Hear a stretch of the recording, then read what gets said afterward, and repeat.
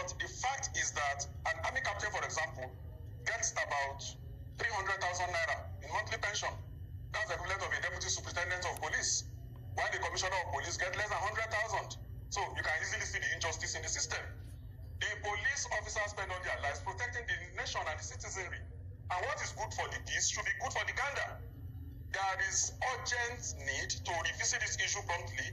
I'm also aware that there's a bill before the House of Representatives, and they have moved it now to Committee of the Whole. All right. So maybe when that happens, they will establish the Nigeria Police Force Pension Board and exit the police from the contributory pension scheme, which we believe is the beginning of addressing this issue.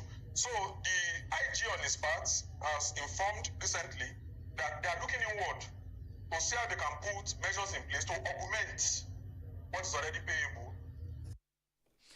The commissioner implored his colleagues and retired officers that they must not lose their sense of policing and they must not do anything that will allow miscreants or people who would not mean well for the nation to hijack the protests. The European Union and French President Emmanuel Macron has urged Niger's ruling juntas to release outside President Mohamed Bazoum 2 years to the date the army detained him. Bazoum has been held along with his wife Hadiza in a week of the presidential palace and according to his lawyers has not left the building in that time. The 27-member bloc said in a statement it welcomed the recent release of some political prisoners, but regretted the continued detention of Bazoum, 65-year-old, and others. Macron has also called for Bazoum's release in a separate statement, as he took to his Facebook page and joined the voice of calling for his release. You recall, months after the coup, the junta said it's intended to put Bazoum on trial, accusing him of treason and of plotting against the security and authority of the state. Meanwhile, Bazoum's lawyer said if he was convicted of treason, he could face the death penalty.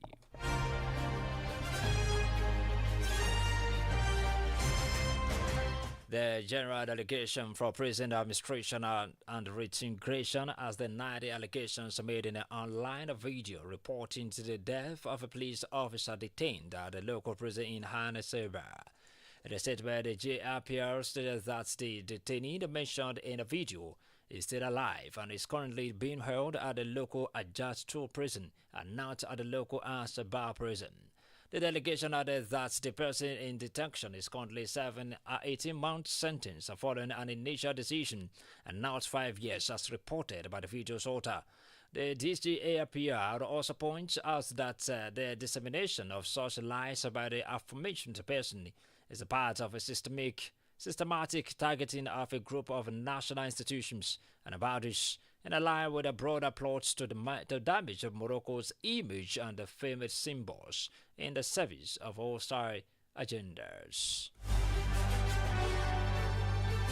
Israel has declared a tactical pause in fighting in parts of Gaza today and said it would allow the UN and aid agencies to open secure land routes to tackle a deepening hunger crisis. The military also said it had begun airdropping food into the territory and angrily rejected allegations it was using starvation as a weapon against the Palestinian civilians. In the statement, the army said it's coordinated its decisions with the UN and international organizations to increase the scale of humanitarian and entering the Gaza Strip. There was no immediate official response from the UN or non-governmental aid agencies operating in Gaza, and privately skeptical humanitarian sources says they were waiting to see the results of the ground of the Israeli announcement. In the meantime, as Israel announced a tactical pause in parts of the devastated territory to allow deliveries, aid trucks have begun entering the Gaza Strip from Egypt today. Egyptian state-linked media had earlier confirmed the movement of convoys sharing footage of trucks at the border area. However, trucks crossing the Rafah border cannot enter Gaza directly, as the Palestinian side of the crossings was seized by the Israeli military last year and has been badly damaged. Meanwhile, the Israeli military said today The daily pause in the enclave running from 10 a.m. to 8 p.m. would apply only to specific areas, including Amawasi, Deir Abala, and parts of Gaza City where the Israeli troops are now currently operating. Dr. Ahmed Al-Farad of the Gaza's Health Ministry says that the ministry has recorded 6 new deaths over the past 24 hours due to famine and malnutrition, including 2 children. This brings the total number of deaths due to starvation to 113, including 87 children.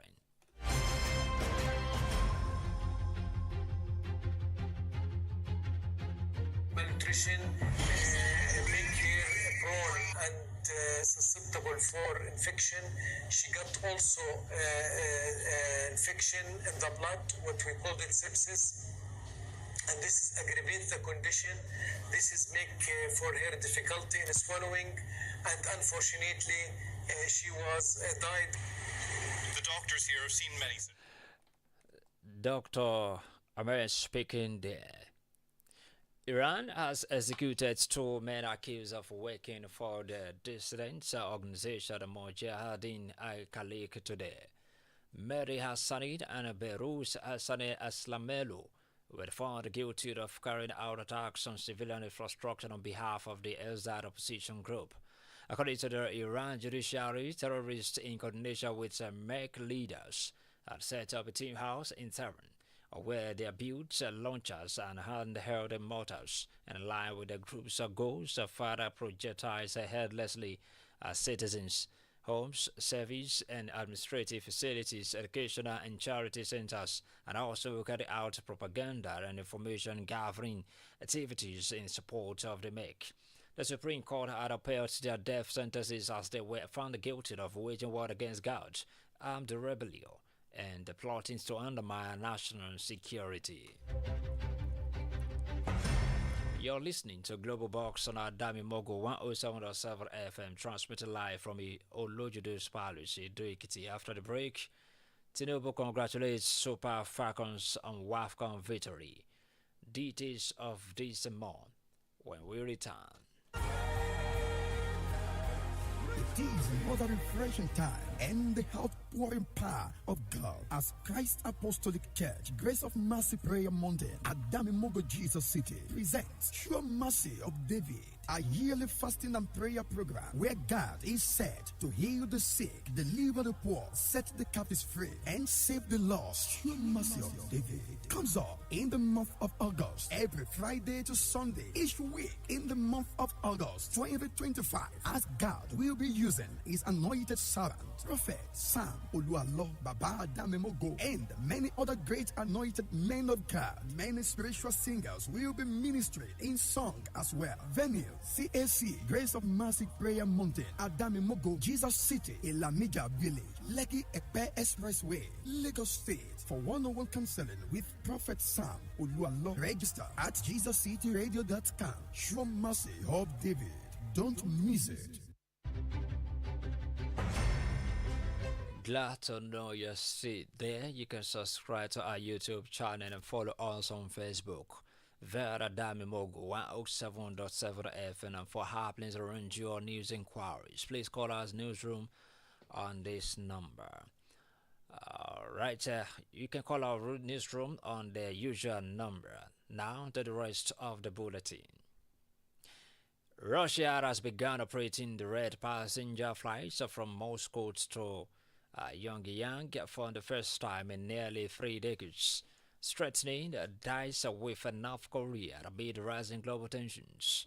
The move follows the restart of rail services between the two capitals in June, ending a long pause in travel links that dated back to the mid-1990s. Recently, North Korea reportedly sent over 10,000 troops and military supplies to support Russia. In response, the North Korean leader Kim Jong-un declared his country's unconditional support for Moscow's actions in Ukraine. This development will have been raised further concerns about Ukraine's allies.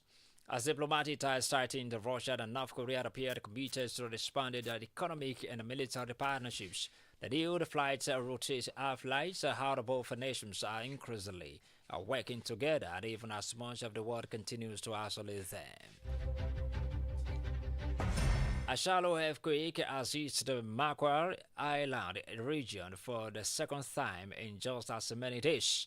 The 6.2 magnitude quake struck the Southern Ocean.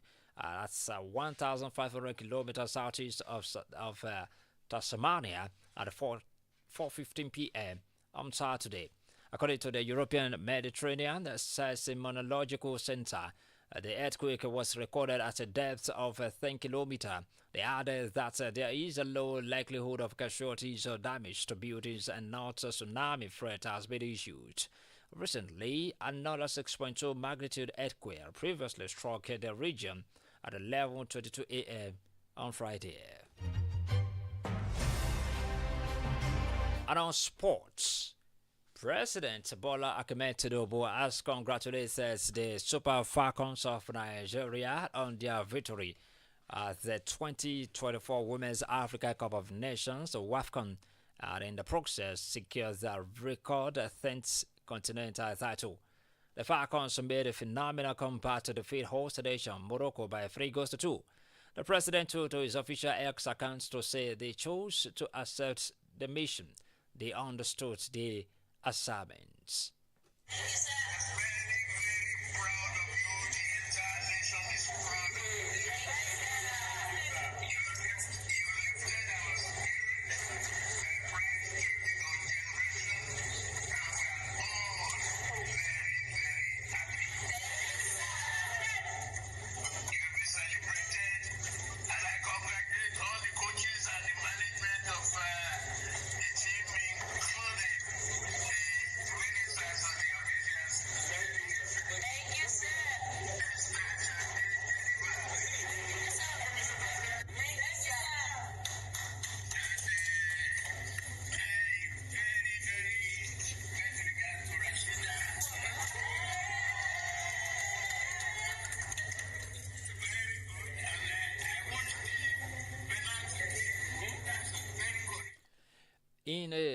In a similar vein, the First Lady of Nigeria, Oluremi Tinubu, has also commended the Super Falcons for their significant achievement that attributed it to their resilient spirits.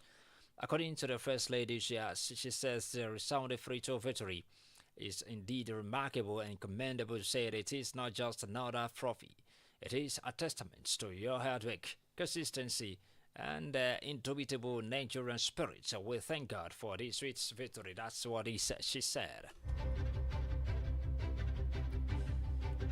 Meanwhile, Super Falcons captain Rashidat Ajibade, who won 3 Women of the Match awards, has been named as the player of the tournament. She scored once but was instrumental in Nigeria's push for the 10th WAFCON crown. The winger led by example, showing resilience, hunger, and drive as the Super Falcons roamed to another title. Ajibade's teammate Chiamaka Nadozie was voted the goalkeeper of the tournament, so the Brighton Javion FC shotstoppers' quick reflexes and saves helped Nigeria to the crown up until the final. She only conceded once a penalty against South Africa at the semi-final. The 2 goals against the Atlas Lionesses of Morocco were the first time she was beaten in open play. Nigeria's coach, Justin Madogo, appointed on an interim basis, was also rewarded with the Coach of the Tournament prize for guiding the 2018 WAFCON winners to the trophy. Morocco will host the next edition of the WAFCON next year.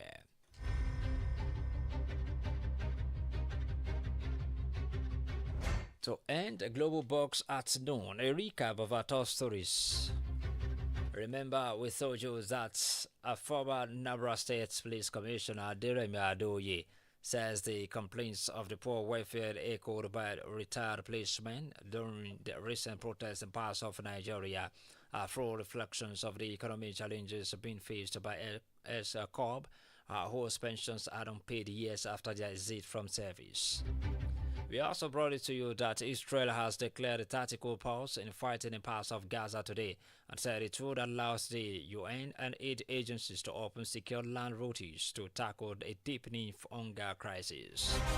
And finally, we informed you that President Bola Ahmed Tinubu has congratulated the Super Falcons of Nigeria on their victory at the 2024 Women's Africa Cup of Nations WAFCON, and in the process secured their record 10th continental title.